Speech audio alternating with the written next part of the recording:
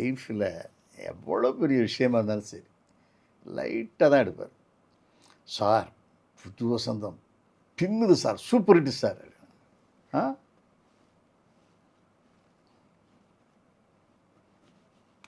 அவ்வளோதான் இருக்கும்.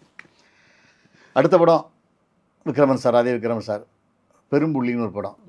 படம் அட்டர் ஃப்ளாப். நான் உள்ளே வரேன், நான் தான் வாங்கியிருக்கேன். ஃபஸ்ட் படம் புது வசந்தம் நான் தான் வாங்கினேன், 2வது படமும் நான் வாங்கியிருக்கேன். இப்படி வாசலில் வந்தேன், படம் எப்படி இருக்குன்னு கேட்குறாரு, அவ்வளோதான் ரியாக்ஷன். நான் அட்டர் ஃப்ளாப் சார்.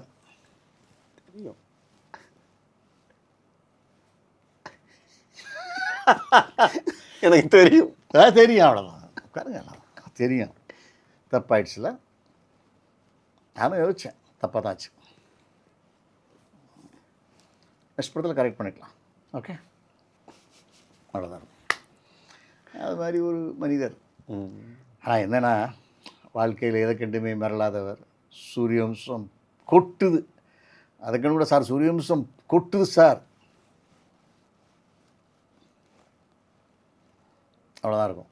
அவ்வளோ வேறு தாண்டுன மாதிரி ஆட்களாக இருந்தால், அண்ணன் தம்பி கலக்கிருச்சு தம்பி, ஊரெலாம் தம்பி எங்கே இப்படி தம்பி இப்படி தம்பி, கோயம்புத்தூர் வந்து 5 கோடி தம்பி 10 எதுவுமே காட்ட மாட்டார். பாராட்டு விழா அது இதுன்னு நடத்திருப்பாங்க. அது காட்டிக்கவே மாட்டார், எதையுமே காட்டிக்க மாட்டார். தெலுங்கு பண்ணலான் இருக்கேன், அவ்வளோதான் இருக்கும். ஆனால் அப்படியே வாழ்க்கையில் எதை கண்டும் மிரளாமல், பதறாமல், பதட்டப்படாமல், ஒரு சந்தோஷத்தின் உச்சத்துக்கு போகாத ஒரு மனிதன்.